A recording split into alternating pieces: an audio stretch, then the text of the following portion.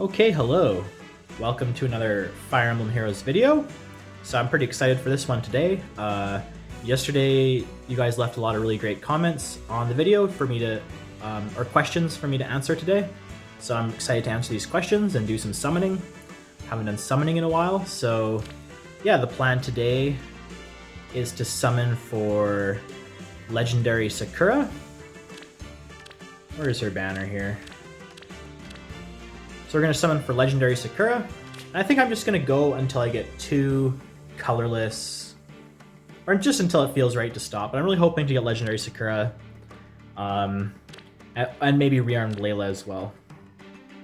So if we get two colorless focus units, I'll probably stop and switch over to the Yunaka banner and go for the Spark, just pulling full circles. So that's the plan for today. So yeah, I guess, I haven't summoned in a long time, so I'm excited to just add some new characters to the barracks as well. But yeah, I guess let's launch into some of these questions and also to the summons. So yeah, here we go. We're just gonna snipe colorless, I believe. Also, I'll probably go for red. I don't know what I want to get if I don't go colorless, but yeah, I'm just going to be going for colorless mainly. So the first question, maybe I'll start answering these questions too, is from Wealthy Man J. So thanks for the question. You asked, what do you consider the most annoying thing about Fire Emblem Heroes? So I think that's a great question for a summoning session, and just a great question in general to ponder. All right, we got Yulia.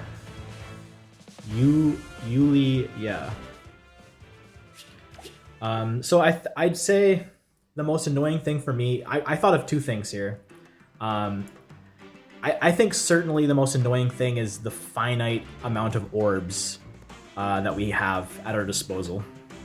I think it just makes summoning a very stressful event, and it can make it an annoying event when you don't get the characters you want, because you only have so many chances if you don't want to spend real money. So I think for me that's got to be, because summoning is annoying, I think, because holy crap, what the heck, second summon, what the heck. Okay, so got Sakura already. Wow, I don't even know what to think about that. That does not happen very often, because like sometimes you spend 200 or 300 orbs on one of these legendary banners and you don't get your character, and that is like super annoying.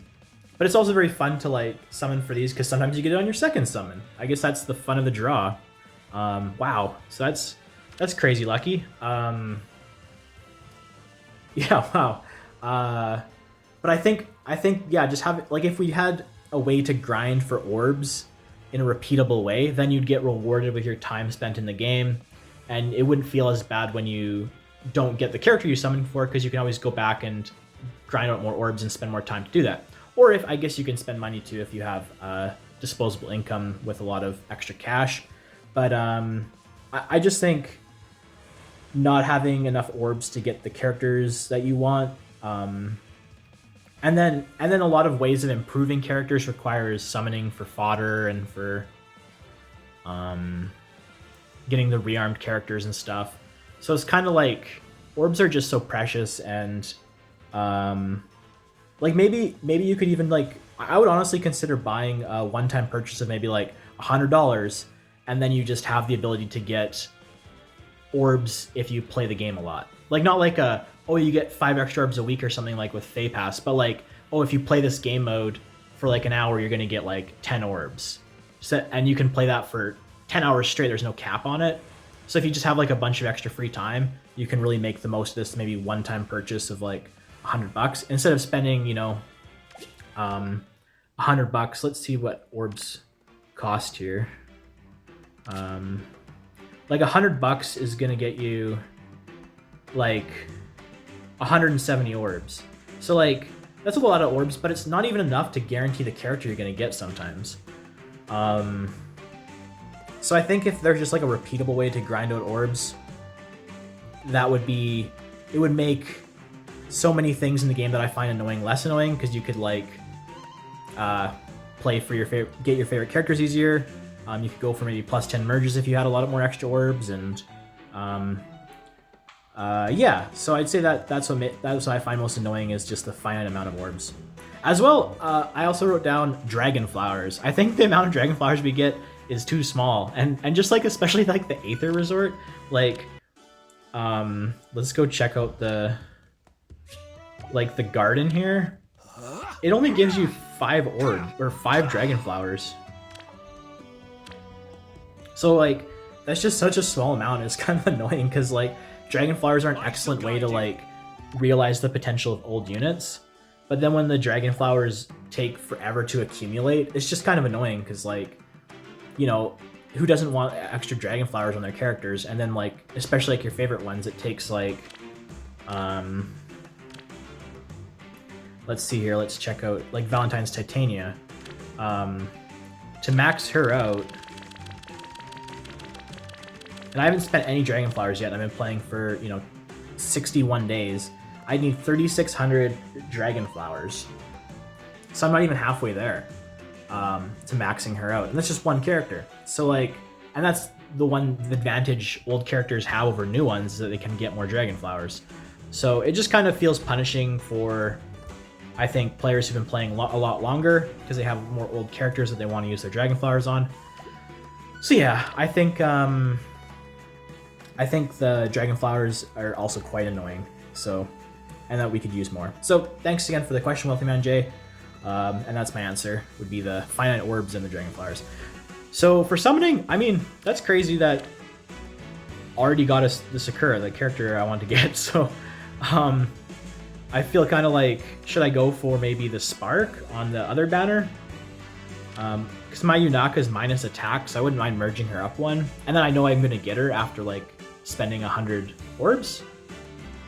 So maybe I'll switch over to doing that, and then go back and try to get rearmed Layla maybe. I know I could use like the trait fruit on Yunaka, but I mean, maybe that's just smarter. I don't know. Maybe I'd get Nell instead, just to have a different character. Let's just go summon full circles on the Yunaka banner here, because I believe it only cost about 100 orbs or so to get to the Spark. So, because we're already 11 of 40 on the way there. So yeah, let's get to the second question here. So crit multiplier, thanks for you asked a few questions here, and they're all really good ones. So I really appreciate you taking the time to ask some questions. So you had, what other games do I play? So yeah, we're just gonna go full circles here. Sorry, I'm kind of probably talking fast. I'm kind of excited here, getting that Sakura. So I think my most played game right now, is definitely probably Fire Emblem Heroes, but what otherwise would be Pokemon Unite on the. It's like also a mobile game, or you can play it on the Nintendo Switch, and it's kind of like a League of Legends but with Pokemon. It's like a MOBA. It's a pretty sweet game. It's not like, I don't know, it's just kind of like a game that I like to come back to and like play a couple games here and there if I just feel like running around and fighting some Pokemon and like using my dexterity and stuff to do well in a match. And I find I've always, and then I guess also I'd say I play a lot of like Pokemon Generation 3 with like Pokemon Fire Red and Ruby and Leaf Green, as well as Gen 4 with Pokemon Diamond and Heart Gold. I'd say I haven't played a ton of those recently. I thought I'd play more of it, but I really like the Generation 3 and 4 Pokemon games, and I'd say overall those are probably like, I think I've played almost 1,000 hours on my Diamond file, or pretty close to 1,000 hours. Hey, we got a Leanne, that's cool. Also Skyrim, I really like Skyrim still, even though it's been, you know, it's kind of an older game. I like to revisit that one every once in a while. I like Team Fight Tactics, I think I've mentioned that. I think that's just that's probably like the game I think would be cool to get good at, just because like I just think it's like a free game, and it's like an auto battler, so you're like having to make a whole bunch of decisions about like your team that you're fielding, and then they just battle automatically.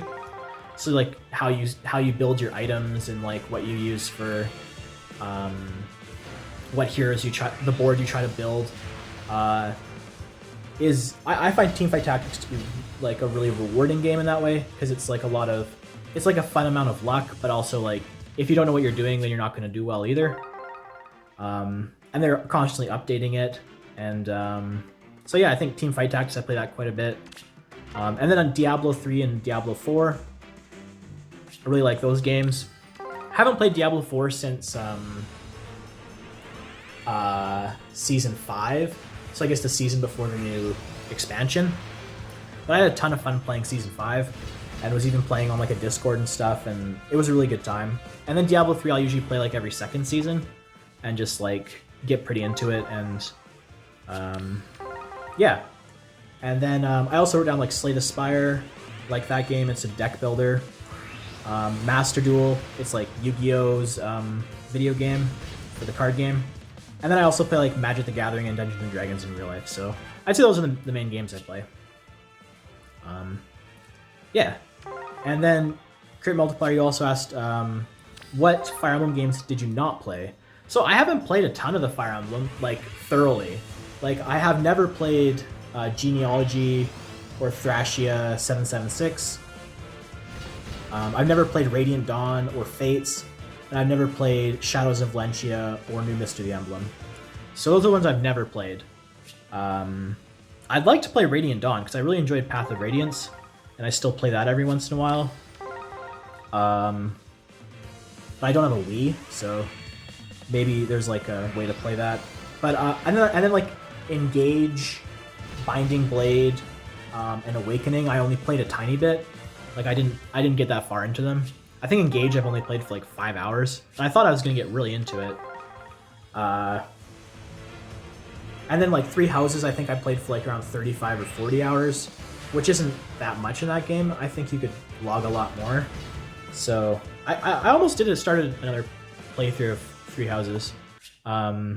This isn't quite your question, I guess, but like, and then also the ones I've mainly played are like I finished like Blazing Blade, Shadow Dragon, Path of Radiance, and then I've played a ton of Sacred Stones. I like to do kind of like challenge runs with it, because the game's pretty easy. Because in Sacred Stones you can like just level your characters up in the Tower of Valny. But I really like just like the cast of characters. I like the artwork. I like that it's easy, but then you can kind of add additional challenges. And yeah, so I'd say like Sacred Stones is for sure the one I'm most familiar with, and I've played that one a lot. All right, yeah, so I guess that answers that question. I'm just gonna summon on these green ones just to like get to the spark faster, and get some extra dragon flowers if I get the 4-star focus.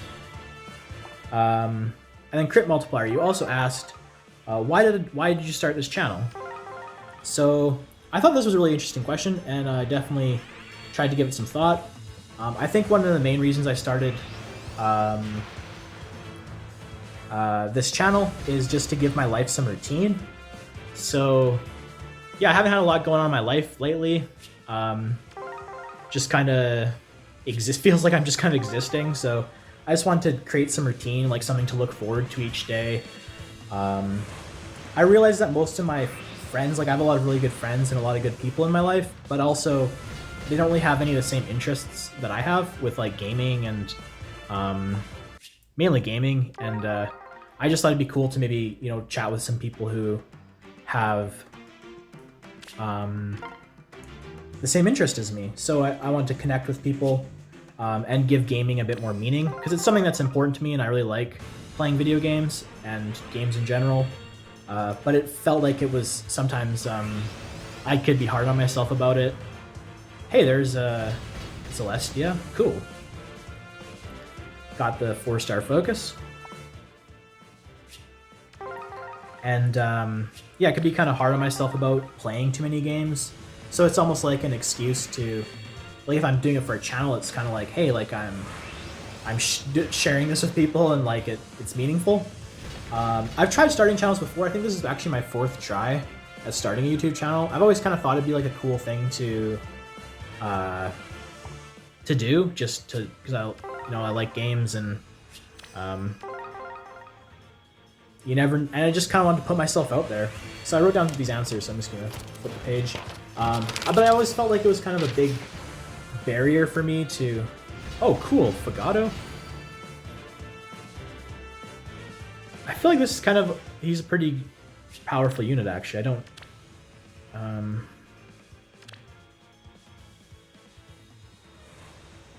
Foe cannot trigger specials during combat.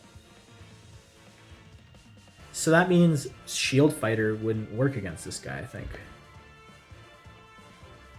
Flared Sparrow. Oh, this is a great off-focus character to get.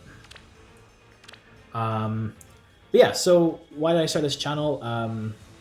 I felt I've always kind of wanted to share my gaming and like just information to maybe help people, or just my love of the games. And but I don't really know how to do video editing, and it always felt like this big barrier that like I've tried doing video editing before, and learning it was hard, and I didn't really enjoy it, and it just kind of made me feel like I couldn't do this activity. So just doing the videos the way I've been doing them, without any video editing really, has been really kind of like liberating in a way, because it's just, I think the quality is probably not the greatest, but there is maybe like hopefully a charm to it. And then it's definitely like, for me, like I wouldn't have started this or done it if I had to video edit every video. It just would have been too much of a barrier. So I guess I started this channel just to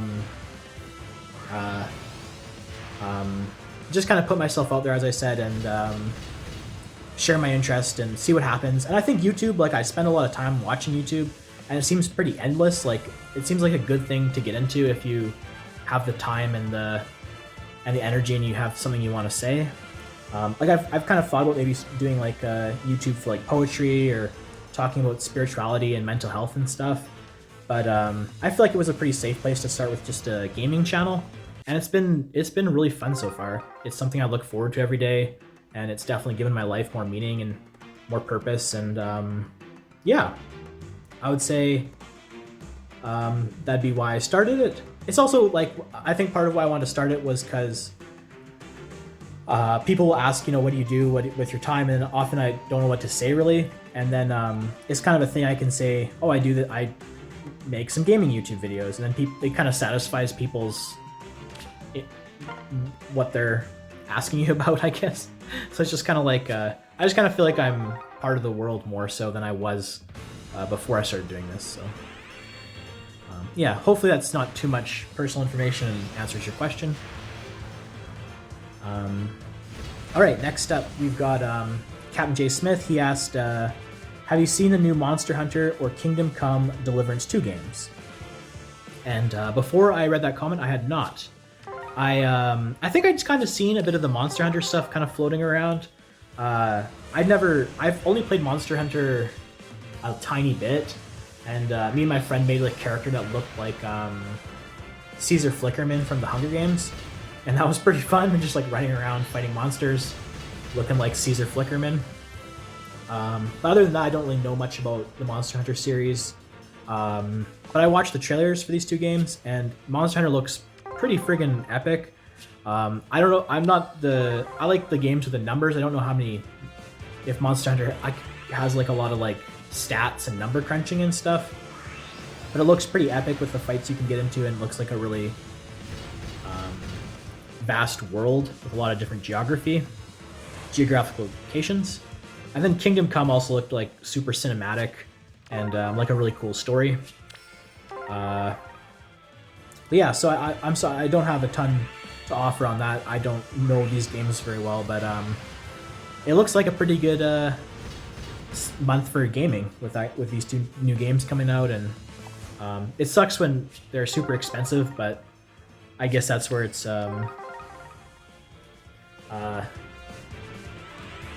kind of gotta maybe acquire them over time, or pick and choose which one. Hey, a Setith, cool. Which one you want to get into. And yeah. So if you end up getting those games, hopefully they're worth it. Hopefully they're really fun. And then Captain J. Smith, you also asked, what do you plan to do to finish Valentine's Titania's build? So I'll just go into, here's my Valentine's Titania. So I was thinking I'd definitely give her the Marth ring when I want to use her more often. Because with the Arcane Blute Gang, gives basically -2 to your special cooldown. Frost Moon gives -1 if you don't double. And then Marth ring would give -1 again. So that would put the Frost Moon at an automatic trigger, which I think is pretty cool for a cav unit. But basically, I think I'd just like to give her, for a B skill, the Far Trace 4 to get some Canto, or to give her the Echo skill from Micaiah, Far Trace Echo, to get some Canto. But I'm not really sure if I want to inherit Micaiah to her yet, because she already has all the good skills from Micaiah. So it'd be kind of, I feel like just inheriting one Echo skill is not really worth it. And then I also have Ivy, who has Far Trace 4, but I don't know if I want to give that to her yet, because she can't inherit Soaring Echo or Deadly Miasma, to my knowledge. Maybe I should double check. I don't think Cavs can get Deadly Miasma. Yeah. So it just feels like I need to get some better skills on one of those two units just to make it really worth the fodder. But that's kind of my plan to finish Titania. And if I do the Far Trace Echo, I think I'd give her a Cultist Strike for the B skill. Would be pretty cool.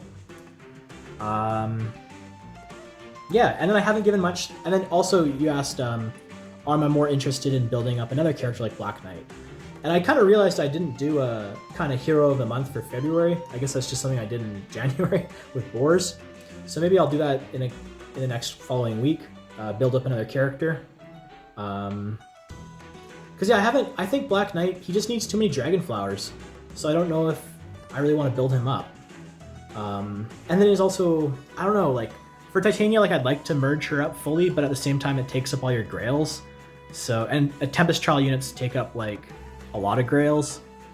So I kind of like the idea of having, like I got 1500 Grails here.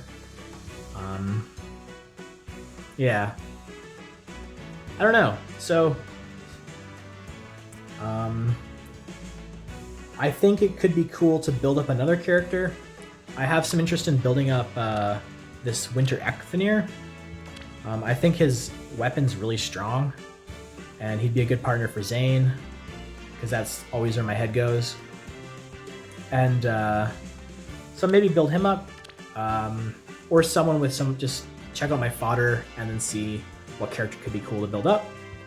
But yeah, right now I'm just kind of collecting fodder, and I'm kind of waiting for the Hero Rises banner to see what characters I end up getting and what my barracks will look like after that, and which ones I should end up building. So yeah, that's kind of where I'm at with building up characters. All right, let's go to the next page of questions here. Yeah, I really appreciate everyone asking some really great questions and getting me to think about gaming and think about Fire Emblem Heroes, and yeah, it's been fun answering these. So we got 4 summons left for the Spark, so I guess I'll go for those. And then 3 Things Forever asked, what does a personal gaming session look like for you? Do you play one game and grind it out, or switch between different games?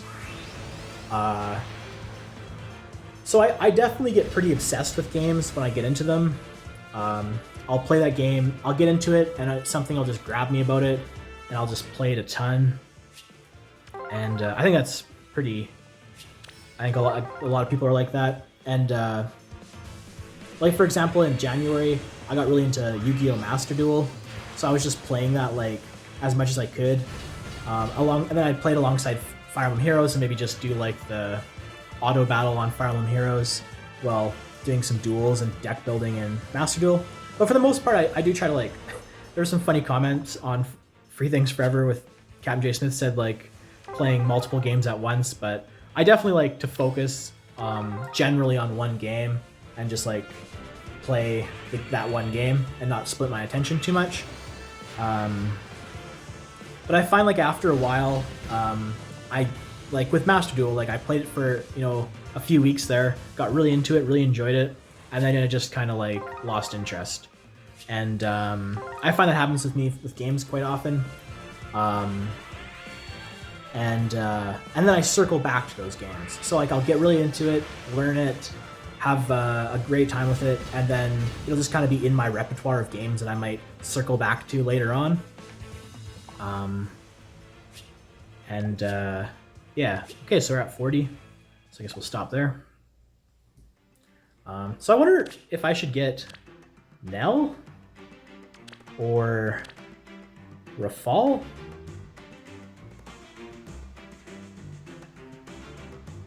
Maybe instead of getting another Yunaka. I mean, the Nell's pretty cool because it's like 2 heroes in one kind of, because you can inherit the skills.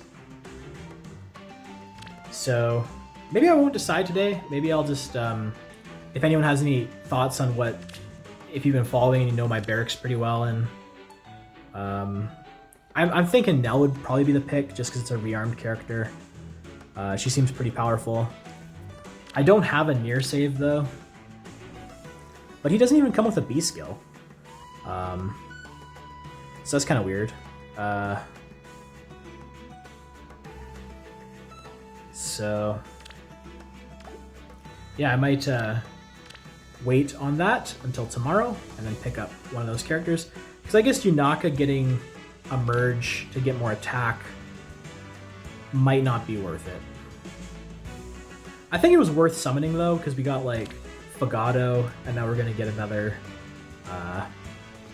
good 5-star here, so probably get Nell. Yeah, but yeah, I'd say like a personal gaming session like would just when I sit down to game, just play whatever I'm into, and then and it'll usually be like the same game for multiple weeks, and then I'll switch it up and circle back around to those games once again.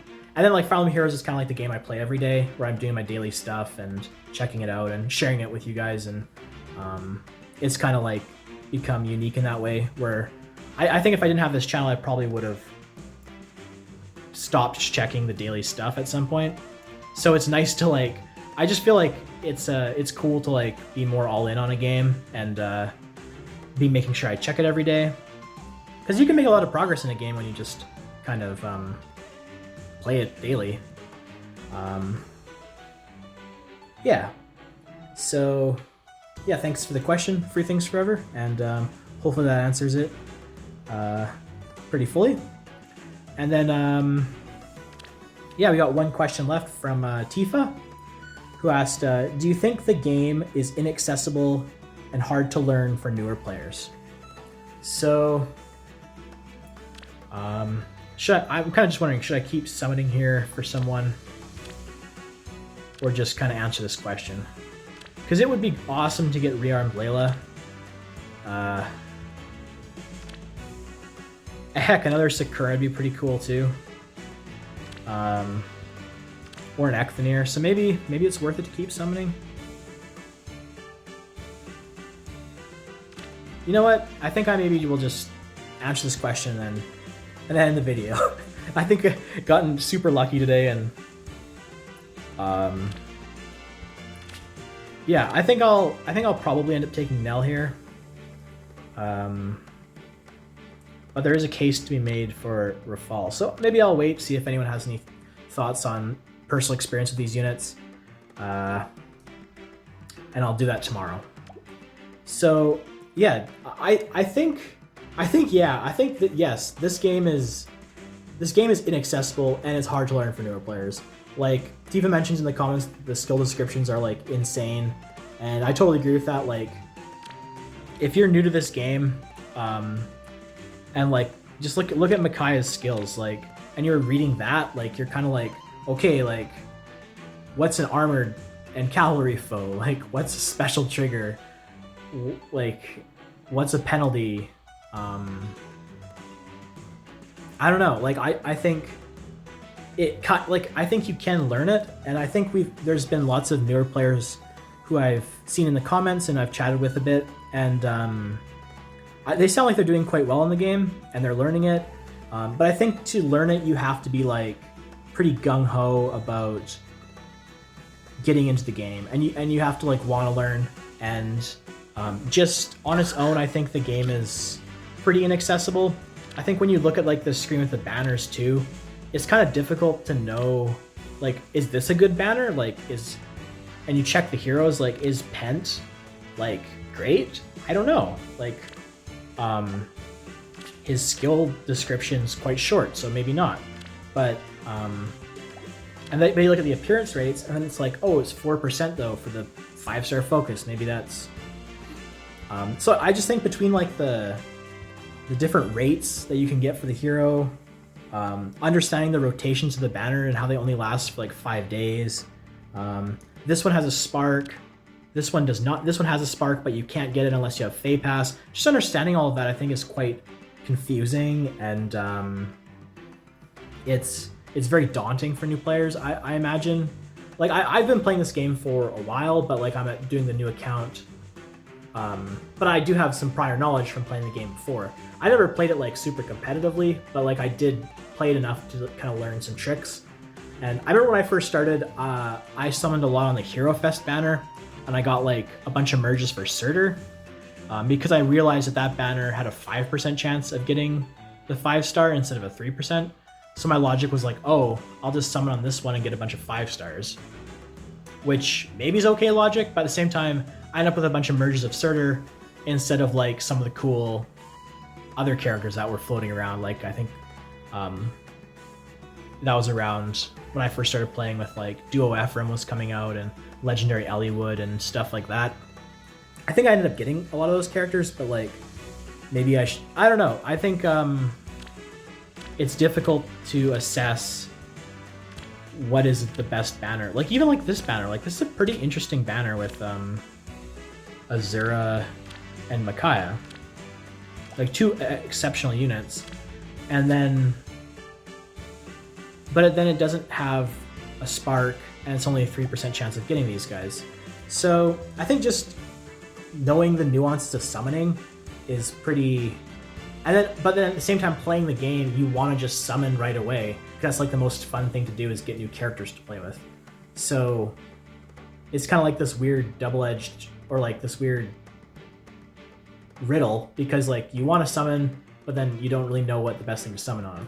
So I think like it's almost essential to have people like Phoenix Master 1 and Theology and like these YouTubers who like give really good breakdowns of the banners and who do tier lists and explain the game to us, because I mean my channel like is not really doing that to a very big extent because I don't know the game as well as a lot of people, and like hopefully it's giving some help to new players, but yeah, like I think without a YouTube community, like it'd be pretty hard to learn this game. So I think in that way it's pretty inaccessible. However, that being all said, I do think the game is very accessible in that you can, like, with this new account I've started, it's been 2 months, and I think my barracks is looking pretty good. Like, I got like this legendary Ira, got Athos, and you know, he's even got a merge on him. Got some good fodder. I've got 4 of the 5 emblems that have been released with Marth, Ike, Sigurd. Got Emblem Lyn, I mean Yunaka, like there's some really powerful characters here. Duo Hathrin. You know, I got this Zane, like got my favorite character all built up. Like, and then just picked up Sakura. So I mean, I'm pretty stoked on like what characters I've got, and I still have a whole bunch of orbs left. And I probably have like, you know, a couple thousand more I can grind out if I do the free maps. So in that way, the game is very accessible for new players. because you have so much potential on a new account to pick up the characters you want. That being said, you don't really have a lot of these coins though, so you don't have the seals. Like I think I only have one seal at max, or yeah, only one sacred seal maxed out. You don't have a ton of the refining stones. I got a decent amount of divine dew, I guess. So it's like you're kind of missing, like even just collecting these badges is kind of hard at the beginning in like the first couple weeks to unlock potential of characters and stuff. Well, it's not really hard, but it's like it's not like it is like a small hurdle. So like getting feathers to unlock the potential of allies. I think so I think it's a bit of both. Like I think the game's super accessible for new players in that you have a lot of resources in orbs, and if you spend them wisely, you can get a really good team. But then to play the game, like let's just go into an arena battle here.